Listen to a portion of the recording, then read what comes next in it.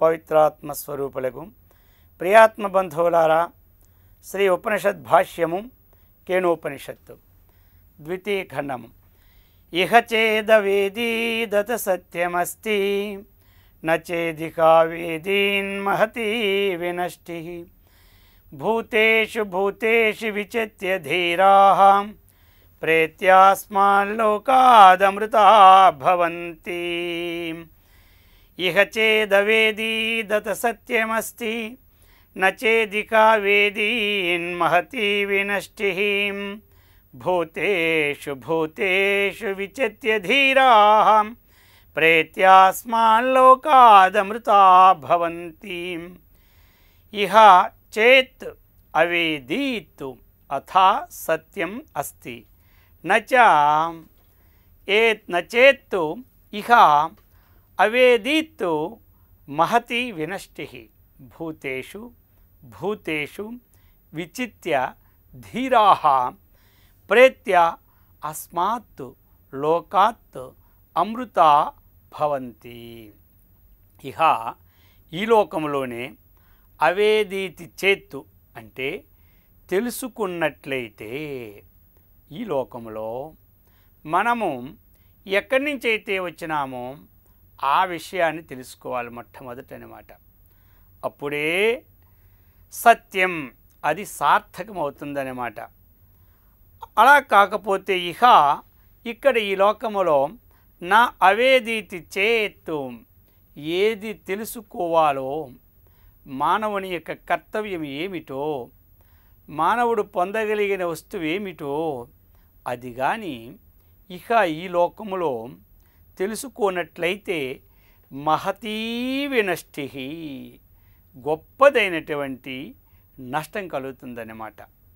కాబట్టి ధీరాహ వివేకులు, ధీమంతులు, జ్ఞానులు, యుక్తాయుక్త విచక్షణులు, నిత్యానిత్య వస్తు విజ్ఞాన సంపన్నులు అటువంటి వారు భూతేషు భూతేషు అందరి జీవులలోనూ అంటే ఈ సమస్తమైనటువంటి జీవులలోనూ అని అర్థమన్నమాట. విచిత్య అలోతుగా విచారించి అస్మాత్తు ఈ లోకాత్ అంటే ఈ లోకము నుండి ప్రేత్య ఈ శరీరం విడిచిపెట్టి అమృతాః భవంతి అమృత స్వరూపులు అవుతారు. ఏం చెప్పింది మనకి మంత్రం అంటే ఈ లోకములో కోహం నేనెవడను, కథమిదం జాతం ఈ ప్రపంచం ఏమిటి, కోవయస్సి కర్త అన్నటువంటి విజ్ఞానాన్ని సంపాదించుకుంటే సత్యంగా అతని సార్థకమైనటువంటిది. లేకపోతే పుట్టలో నచెదలు పుట్టవా గిట్టవా విశ్వదాభిరామ వినురవేమాం. పుట్టలో చెదలు పుడుతుంటాయి, పోతూ ఉంటాయి. వాటి వల్ల లోకానికి ఏం ప్రయోజనం చెప్పండి? అవి కూడా సామాన్యమైనటువంటి విషయాన్ని ప్రతిపాదించి చెబుతూ ఉన్నారు. అందుచేత ఈ విషయాన్ని మనం చక్కగా అవగాహన చేసుకొని తెలుసుకుంటే అటువంటి వారు అమృత స్వరూపులు అవుతారని చెబుతుంది ఈ మంత్రం. అందుచేత కష్టాకలు సుర నర తిర్యక్కు ప్రేతాదిషు సంసార దుఃఖ బహుళేషు ప్రాణాః నికాయేషు జన్మ జర మరణ రోగాది సంప్రాప్తి అజ్ఞానాత్. భాష్యకారులు చెబుతూ ఉన్నారు, ఇదంతా కూడా కష్టము కదా. ఏమి నర, ఆ విధంగా సుర. దేవలోకములో సుఖము అనుకుంటాం, మనకి ఏ సుఖమో ఏ కష్టమో వాళ్ళకి కూడా అటువంటి వస్తూనే ఉంటుంటాయి. ఆ విధంగా నర, ఆ విధంగా తిరియక్కంటే ఈ యొక్క పశు పక్షాదులు ప్రేతాదులు ఇవన్నీ కూడా ఈ సంసార దుఃఖ బహుళేషు ఈ జన్మ జర జాయ ఇత్యాది దుఃఖాలలో అధికమైనటువంటి ప్రాణి నికాయేషు జన్మజరా మరణ రోగాది సంప్రాప్తి అజ్ఞానాత్. ఇవి దేనివల్ల మనకు కలుగుతున్నాయి అంటే యథార్థమైనటువంటి విషయాన్ని మనము తెలుసుకోలేనందువల్లనే ఒకసారి ఏమో నరజన్మ వస్తుంది, ఇంకోసారి ఏమో దేవజన్మ వస్తుంది, ఇంకోసారి ఏమో పక్షి జన్మ వస్తుంది. ఆయా జన్మలలో అనేకమైనటువంటి కష్ట సుఖాలను అనుభవిస్తూ మనము ఉన్నాం. అయితే సుఖము అనుభవించింది జ్ఞానమని కానీ, కష్టం అనుభవించింది అజ్ఞానమని కానీ ఇక్కడ కాదనమాట. కష్టం అనుభవించినా, సుఖం అనిపించినా అదంతా కూడా అజ్ఞానమే అన్నమాట. ఎందుకు అంటే మరి దేవలోకంలో అజ్ఞానం ఉంటుందా అంటే అక్కడ అజ్ఞానం ఉంటుంది. అవి కేవలం భోగ శరీరాలే కానీ జ్ఞానాన్ని ఆర్జించడానికి యోగ్యమైనటువంటి శరీరాలు దేవతా శరీరాలు కావన్నమాట. అందుకోసమనే అక్కడ కూడా దుఃఖమే అని చెప్పినాడు. ఉన్నటువంటి పుణ్యాన్ని అనుభవించిన తరువాత క్షీణే పుణ్యే మర్త్యలోకం విశ్యంతి అని చెప్పినట్లుగా ఈ మానవ లోకానికి రావలసినదే కదా. అందుకని అతహ అటువంటి అజ్ఞానాన్ని పోగొట్టుకోవాలని ఈ యొక్క దివ్యమంత్రం మనకి చెబుతూ ఉందన్నమాట. అతహ అందువలన ఇహైవ చేతు మనుష్య అధికృత సమర్థ సన్. కాబట్టి మానవ జన్మ అనేది మహా శ్రేష్టమని చెప్తున్నారన్నమాట. దుర్లభం త్రయమేవైతత్తు దైవానుగ్రహేతుకం మనుష్యత్వం ముముక్షుత్వం మహాపురుష సంశ్రయ.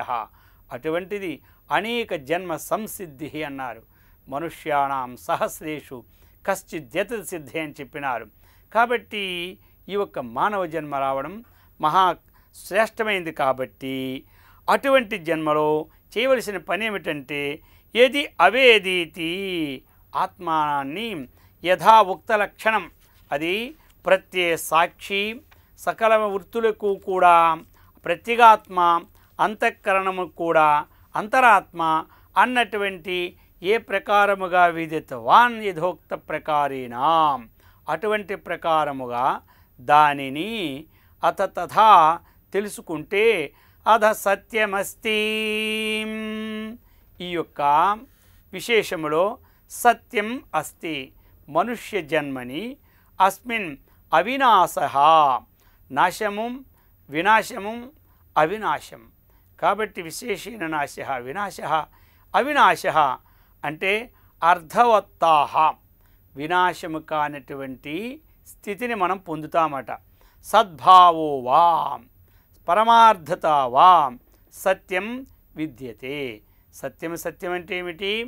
త్రికాల బాధ్యత్వం సత్యత్వం. మూడు కాలములలో నాశరహితమైన దాన్ని సత్యం అంటారు. అందుకనే అవినాశ అని ఇక్కడ మనకిచ్చారు. అది మరి అర్థవత్త, ప్రయోజనకారి కానీ అప్రయోజనకారి కాదు అని అర్థం అన్నమాట. సద్భావ, సత్యే భావము కలిగినదే కానిది ఇంకొకటి కాదనమాట. పరమార్థత, అది ఎప్పుడూ కూడా మిథ్యా వస్తువు కాదు, సత్య వస్తువు. అందుకని అధ సత్యమస్తి, యథార్థమైనటువంటి స్వరూపమస్తి అని చెబుతూ ఉన్నారు.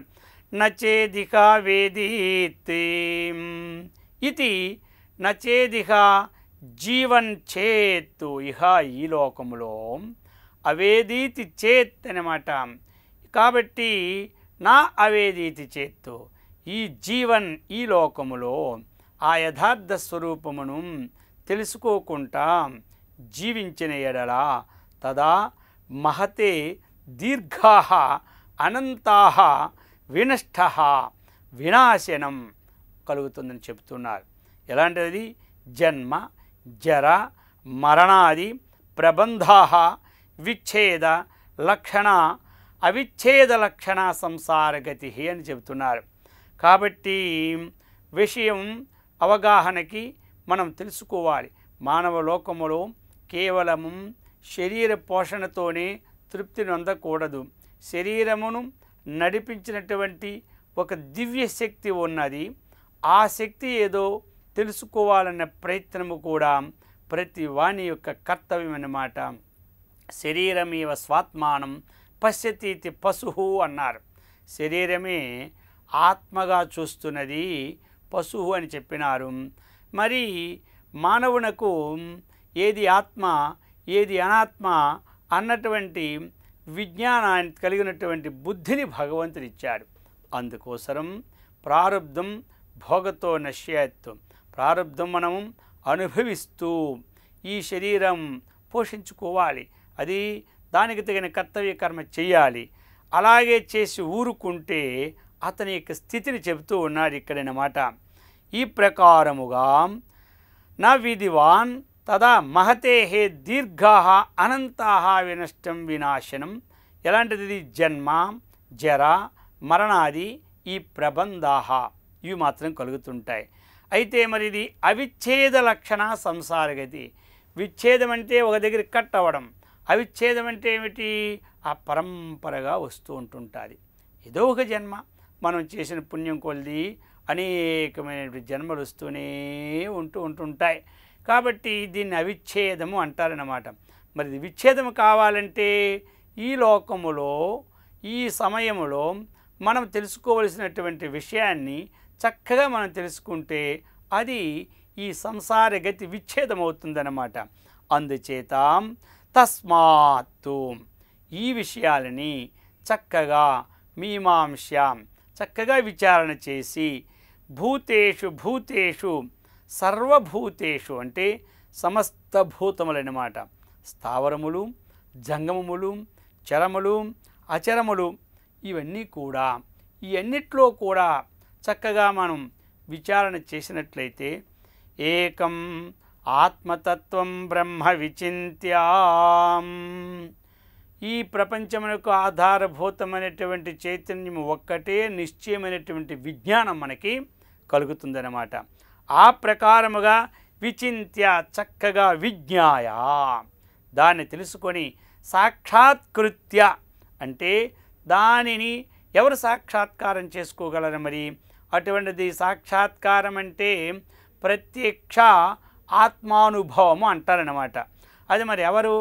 ధీరాహ అన్నారు శ్లోకములో. ధీమంతః అటువంటి ధీమంతులంటే ఎవరు? జ్ఞానవంతులైనమాట. అటువంటి వారు ఇది సమస్త భూతములలో ఉన్నటువంటి పరమాత్మ స్వరూపాన్ని చక్కగా విచారణ చేసి తెలుసుకొని ప్రేత్య అంటే ఈ శరీరము నుంచి జీవాత్మ వేరవుతుంది కదా, కాబట్టి వ్యావృత్య కొంతమంది మరణించగా అంటారన్నమాట. మమ అహంభావ లక్షణాత్ అవిద్యారూపాత్ అస్మాత్ లోకాత్ ఉపరమ్యాం. అటువంటి వారు నిత్యమైన విజ్ఞానం పొందుతారు. అటువంటి విజ్ఞానాన్ని వేదమాత మనకు అందించుగాక. ఓం శాంతి శాంతి శాంతి. హరి ఓం తత్సత్. పవిత్రాత్మస్వరూపులకు ప్రియాత్మ బంధువులారా, శ్రీ ఉపనిషద్ భాష్యము కేనోపనిషత్తు తృతీయ ఖండము. ఓం బ్రహ్మ దేవేభ్యో విజిజ్ఞే తస్య బ్రహ్మణో విజయే దేవాం అమహీయంతాం తా ఐక్ష్యంతాస్మాకమేవాయం విజయో అస్మాకమేవాయం మహిమేతి. బ్రహ్మ దేవేభ్యో విజిజ్ఞే తస్య బ్రహ్మణో విజయే దేవాం అమహీయంతాం తా ఐక్ష్యంతాస్మాకమేవాయం విజయో అస్మాకమేవాయం మహిమేతి. ఈ ప్రకారముగా చెప్తూ ఉన్నారు. ఓం పవిత్రమైనటువంటి ప్రణవం అన్నమాట. ఆ బ్రహ్మస్వరూపం ఎంత విచిత్రమో చూడండి.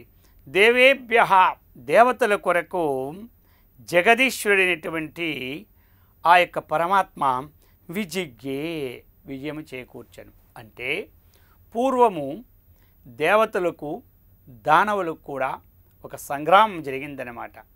ఆ సంగ్రామములో చక్కగా ఆ పరమాత్మ దేవతలేంది అనుగ్రహించి ఆ దేవతలకు విజయము చేకూరినట్లు అతడు చక్కగా ఆశీర్వదించను. ఆ పరమాత్మ యొక్క బలము చేత ఆ దేవతలు ఆ సంగ్రామములో గెలిచారు.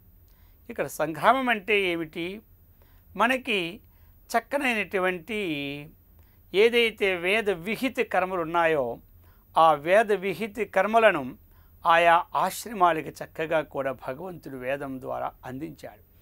ఆ వేద విహిత కర్మలను ఆచరింపక నిషిద్ధ కర్మల యందు ప్రీతిపాత్రులై తన ఇష్ట ప్రకారము చేస్తున్నటువంటి దేవతలను ఆ యొక్క ఈ దేవేంద్రులను మాధ్యముగా అటువంటి నిషిద్ధ కర్మలు చేస్తున్నటువంటి రాక్షసులు అన్నమాట, దేవతలు కాదు రాక్షసులు. అటువంటి ఆ వారిని ఇప్పుడు ఏం చేయాలి మరి? దుష్ట శిక్షణ శిష్ట రక్షణ చేయాలి. వారి దుండగాలను చూచి సహించుకోలేక దేవతలు వారితో పోరాడడానికి సిద్ధమైనారు. అప్పుడు వీరికి బలము తక్కువ దేవతలకి. ఆ సమయంలో భగవంతుడు ఆ దేవతల్లో శక్తినిచ్చి ఆ జగదీశ్వరుడు విజిగ్యే వారి తోడ జయింపు చేశాడు. అంటే దేవతలు జయించిన అర్థం అన్నమాట. ఆహా బ్రహ్మణ ఆ బ్రహ్మ యొక్క విజయములో దేవాహ దేవతలు అమహీయంతాం గొప్ప విఖ్యాతిని మాత్రం పొందారన్నమాట. అయం ఈ విజయం అనేది అస్మాకమేవ మాదే, ఈ మహిమ అనేది అస్మాకమేవ మాదే అని ఈ ప్రకారంగా తే ఐక్యంత అనుకున్నారు. ఎవరు? దేవతలు. ఇప్పుడు ఇందులో మనకి గోచరించింది ఏమిటి అంటే భగవంతుని యొక్క సహాయం చేతనే జయించారు. కానీ ఈ ప్రకృతి ఉంది కదా మాయ, అందుకే మమ మాయ దురత్యయ అన్నాడు భగవంతుడు. ఈ ప్రకృతిలో సత్వగుణము, రజోగుణము, తమోగుణమని 3 గుణాలు ఉన్నాయన్నమాట. అందులో ఆ రజోగుణవంతులై ఈ యొక్క రాక్షసుని మేమే జయించినాం అన్నటువంటిది వీరిలో చెలరేగింది. అందులో అగ్నిదేవుడు నేనే జయించానని, ఆ విధంగా వాయుదేవుడు నేనే జయించానని, ఆ విధంగా ఇంద్రుడు నేనే అసలు జయించానని ఈ దేవతల్లో ఈ విధమైనటువంటి అహంభావన శక్తి కలిగిందన్నమాట. అది అటువంటి అహంభావన శక్తి అవిజ్ఞాతం విజానతాం విజ్ఞాతం అవిజానతాం ఇత్యాది శ్రవణాత్. పూర్వం మనం తెలుసుకున్నామన్నమాట. నేను తెలుసుకున్నాను అంటే వాడు తెలియనివాడు, నాకు తెలియదు అంటే వాడు తెలిసిన వాడని చెప్పుకున్నాము కదా. ఆ విధముగా యతు ప్రమాణై అస్తి తతు చెప్తూ ఉన్నారన్నమాట. ఏది అయితే ప్రమాణముల ద్వారా అస్తి అదే ఉన్నది, ఏది అయితే ప్రమాణముల ద్వారా తెలియబడదో అది లేదు అన్నటువంటిది చెప్తారన్నమాట. కాబట్టి ప్రమాణము ద్వారా ఏది తెలుస్తుందో అది ఉన్నదని, ప్రమాణముల ద్వారా ఏది తెలియలేదో జగత్తులో అది నాస్తి అని చెబుతూ ఉంటారు. అవిజ్ఞాతం శశి విషాణ కల్పం అంటే కుందేటికి కొమ్ములు ఉన్నాయని అంటారు కొంతమంది. కుందేటికి కొమ్ములు ఎక్కడుంటాయి? అది కల్పం. ఆ విధంగా అత్యంతమేవ అసదృష్టం, ఈ ప్రకారముగా అసత్తునే దృష్టం. తథా ఇదం బ్రహ్మ అవిజత్వాత్తు. కాబట్టి అసదేవ ఇది మందబుద్ధీనాం వ్యామోహం మా భూత్ చెబుతూ ఉన్నారన్నమాట. మందబుద్ధులు అంటే అజ్ఞానవంతులు. అటువంటి అజ్ఞానవంతులు ఈ యొక్క బ్రహ్మతత్వాన్ని తొందరగా తెలుసుకోలేరు. కాబట్టి తదర్థాయ ఇది ఆఖ్యాయిత ఆరభ్యతే. అటువంటి కోసం ఈ యొక్క కథ ఆరంభమైనదని భాష్యకారులు చెబుతూ ఉన్నారన్నమాట. తదేవ హి బ్రహ్మ సర్వప్రకారేణ ప్రశాస్త్రుదేవానామపి పరో దేవ అని చెప్తూ ఉన్నారు. తద్ ఏవ హి బ్రహ్మ, ఆ బ్రహ్మ ఏమిటి? సర్వప్రకారేణ ప్రశాస్త్రు అంటే సమస్త లోకాన్ని శాసించేవాడు ఎవడు శాసనకర్త అంటే ఆ యొక్క బ్రహ్మే అన్నమాట. దేవానామపి పరో దేవ చెబుతున్నాడు. దేవతలకు కూడా దేవుడు అన్నమాట. ఎవరు? పరమాత్మ. ఈశ్వరానామపి ఈశ్వర, ఈశ్వర ఎవరైతే లోకములలో ఒక్కొక్క డిపార్ట్మెంట్కి ఒక్కొక్క శాసనకర్త ఉంటారో అటువంటి శాసనకర్తల అందరికీ కూడా అధికారి ఎవడంటే ఈ శాసనకర్త పరమాత్మ. దుర్విజ్ఞేయ దుఃఖేనాం విజ్ఞాతుం, కాబట్టి దుర్విజ్ఞేయ కష్టసాధ్యము చేత పొందదగినటువంటి వస్తువుని దుర్విజ్ఞేయం అంటారు. దేవానాం జయహేతు అసురాణం పరాజయహేతుకు. కాబట్టి దేవతలకి జయము కలిగింది, అసురులకి అపజయము కలిగింది. తత్కథం నాస్తేతి ఏతస్య అర్థస్య అనుకూలాని ఉత్తరాని వచాంసి దృశ్యంతే. ఇటువంటిది వారి పరాజయానికి వీరి అపజయానికి కారణమేమిటి?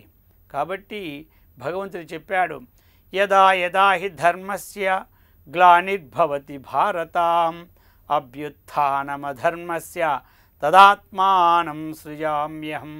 ఏదో ఒక రూపములో ఎక్కడ ధర్మానికి నష్టం కలుగుతుందో, అధర్మానికి వృద్ధి కలుగుతున్నదో అప్పుడు నేను వస్తున్నాన్నాడు.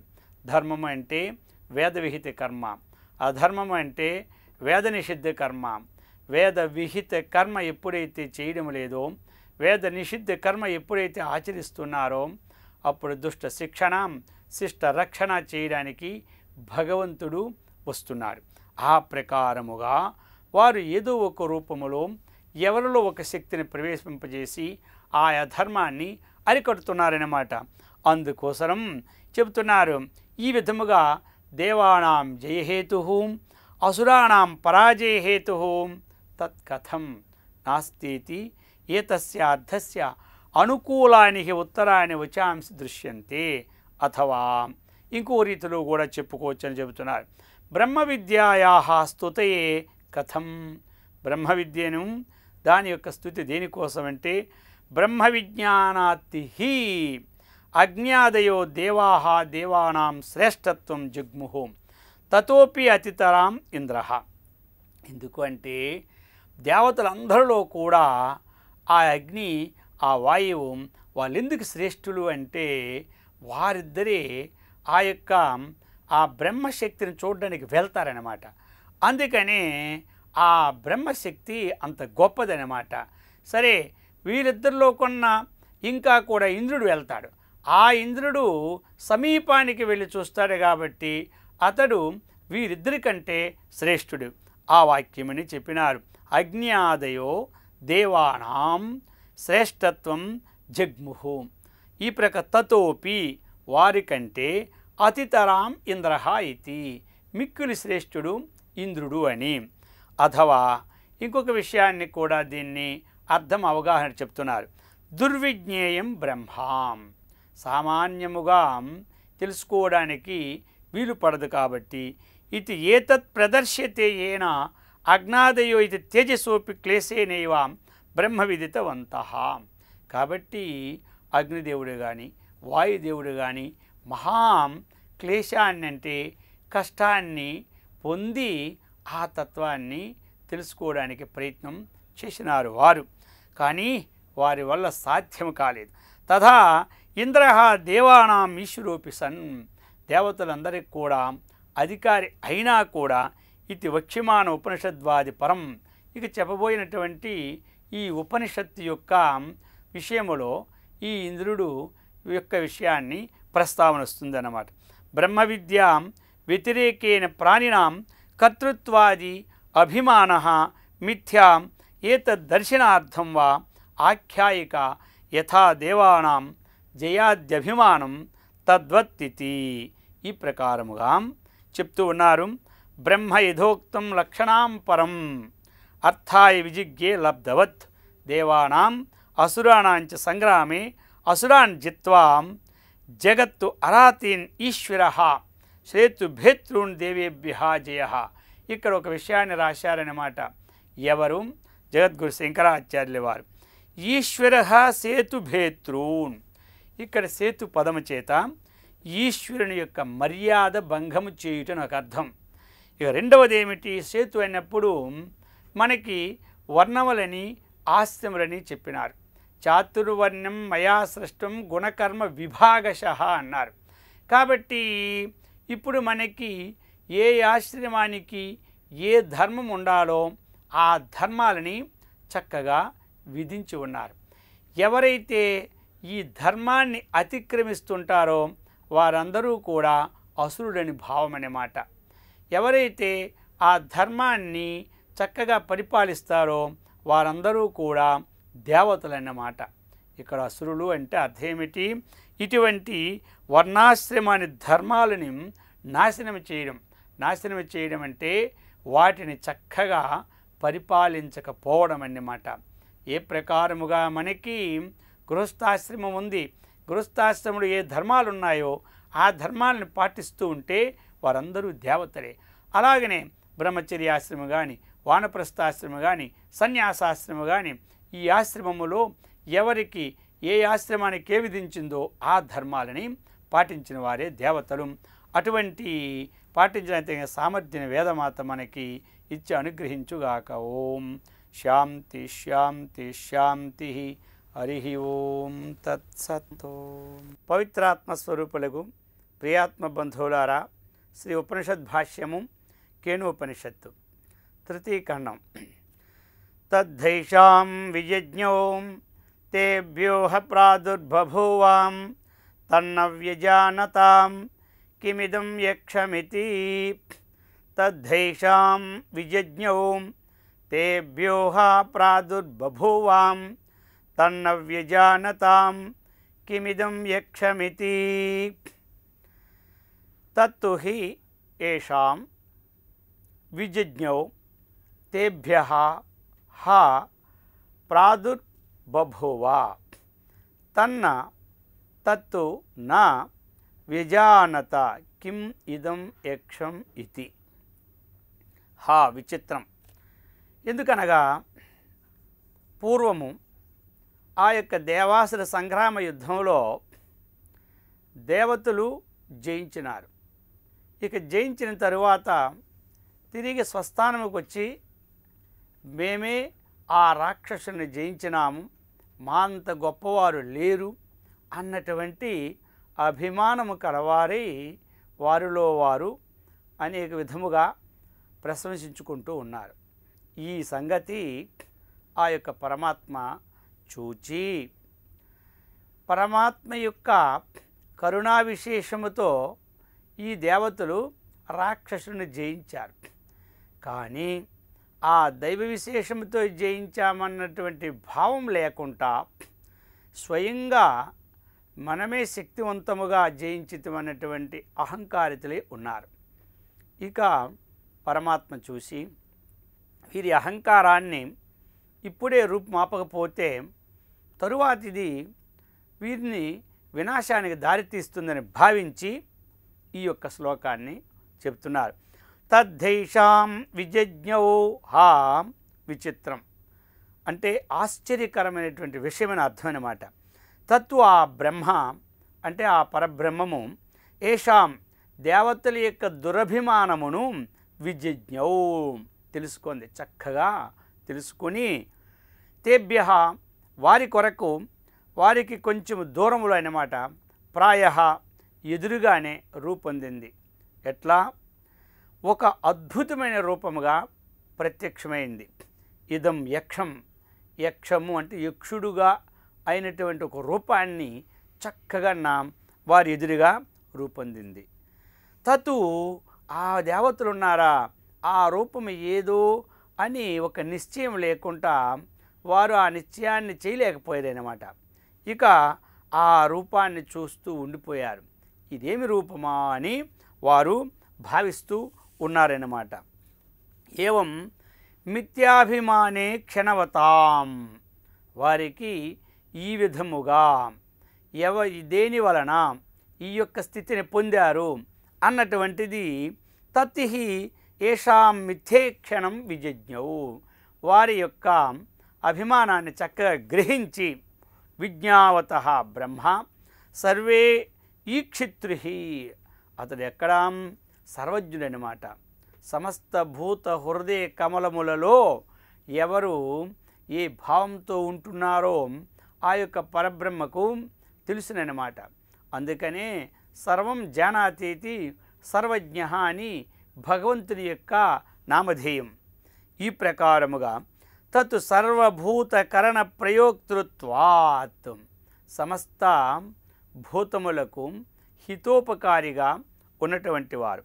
దేవానాంచ మిథ్యాజ్ఞానముపలభ్యమై అసురవత్తు దేవాహ మిథ్యాభిమానాత్ పరాభవేయు.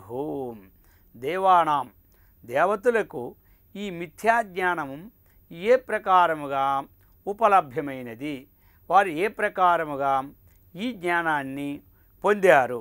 అసురవత్తు, అసురులకి మిథ్యాభిమానం ఉండడం సహజమన్నమాట. అయితే మరి వారి వలె వీరికి ఉంటే వీరు కూడా అసురులతో సమానమే కదా మరి అని భావించి పరాభవి ఇది తదనుకం, ఆ ప్రకారముగా వారిని పరాభవేయు అంటే వారి అహంకారాన్ని తీసివేయడానికి మిథ్యాభిమానం అపనోదనానైన, అపనోదనం అంటే దాన్ని తప్పించడం అన్నమాట. ఈ ప్రకారము అనుగృహ్యాం, ఆ భగవంతుడు అనుగ్రహము కలిగి వారి యందు దయదలిచిన వాడే దేవేభ్య అర్థాయ ప్రాదుర్బభూవా, వారి యొక్క ఎదుట ఇతడు ప్రత్యక్షం అవడానికి సంకల్పాన్ని చేశాడనమాట. స్వయోగ మహాత్మ నిర్మితేన అద్భుతేన విస్మప అపనీయేన రూపేణ, మహా అత్యద్భుతమైనటువంటిది, ఆశ్చర్యకరమైనటువంటిది, విచిత్రమైనటువంటిది, ఒక తేజో సంభవమైనటువంటిది, ఒక దివ్యశక్తి రూపముగా వారి ఎదుట సాక్షాత్కరించారన్నమాట. ఎవరు? భగవంతుడు. ఈ విధముగా వారి ఎదుట సాక్షాత్కరించిన తరువాత తే అగ్నిమభ్రువన్ జాతవేదాం ఏతద్విజానీహి కిమేతద్యక్షమితి తథేతి. తే అగ్నిమబ్రువన్ జాతవేదాం ఏతద్విజానీహి కిమేతద్యక్షమితి తథేతి. అప్పుడు దేవేంద్రుడు చూశాడు. చూసి తే అగ్నిమబ్రువన్, వారు అగ్నిం అబ్రువన్, అగ్నితో ఈ విధముగా అన్నారన్నమాట. జాతవేద, ఓ జాతవేద, ఏతత్తు, ఈ యక్షం ఉన్నది కదా, ఒక అపూర్వమైనటువంటి ఏదో ఒక మెరుపు తీగలాగా మహా విచిత్రమైనటువంటి తేజరూపముగా ఉన్నది కదా. కిం, ఏమి ఇది రూపం ఎందుకు ధరించినది? ఏతత్, ఈ సంగతిని విజానీహి, నువ్వు క్షుణ్ణంగా చక్కగా ఈ విషయాన్ని ఏదో తెలుసుకో అని చెప్పారు. తథా, అలాగే అని ఆ యొక్క అగ్నిదేవుడు అచ్చటి నుంచి బయలుదేరుతున్నాడనమాట.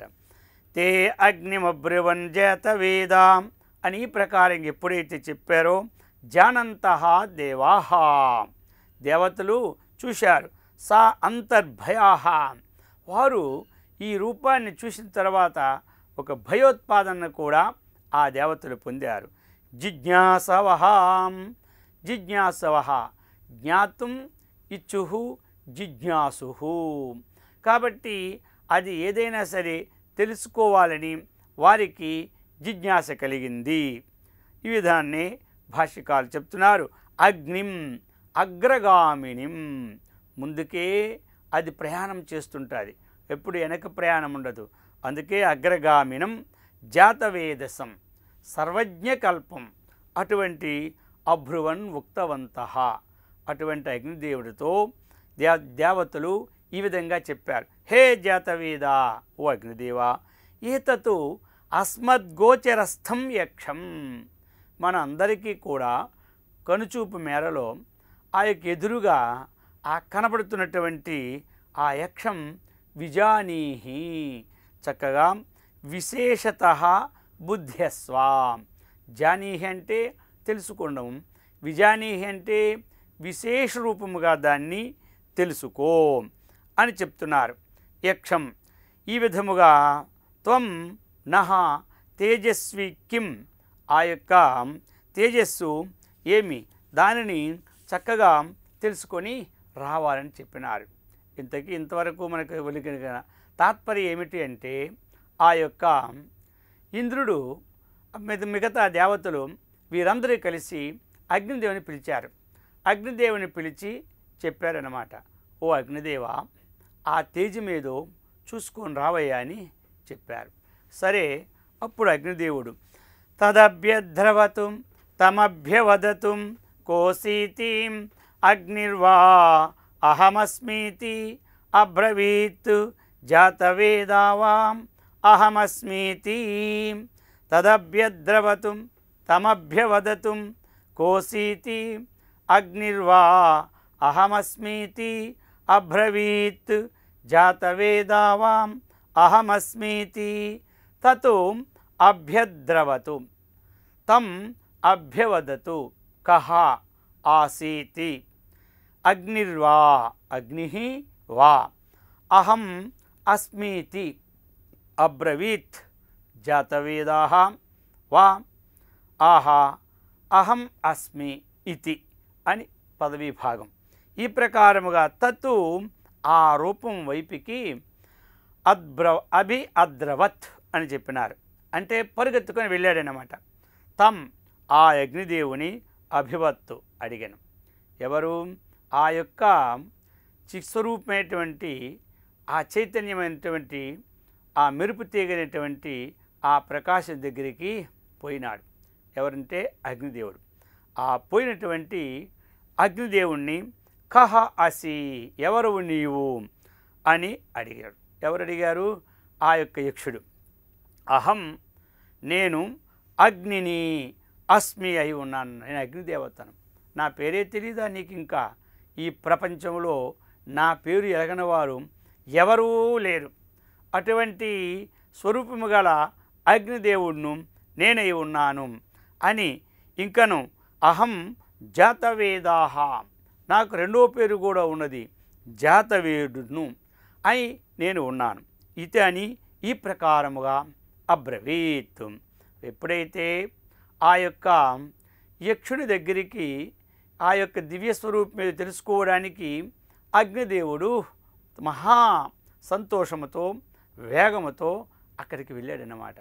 ఎప్పుడైతే అక్కడికి వెళ్ళాడో వెంటనే ఆ యక్షుడు ఎవరు నీవు, నీ పేరేమిటి అని అడిగినారు. వెంటనే అతడు చెప్పాడు, నేను అగ్నిదేవుణ్ణు, నాకు ఇంకొక పేరుంది, అది జాతవేదుడు.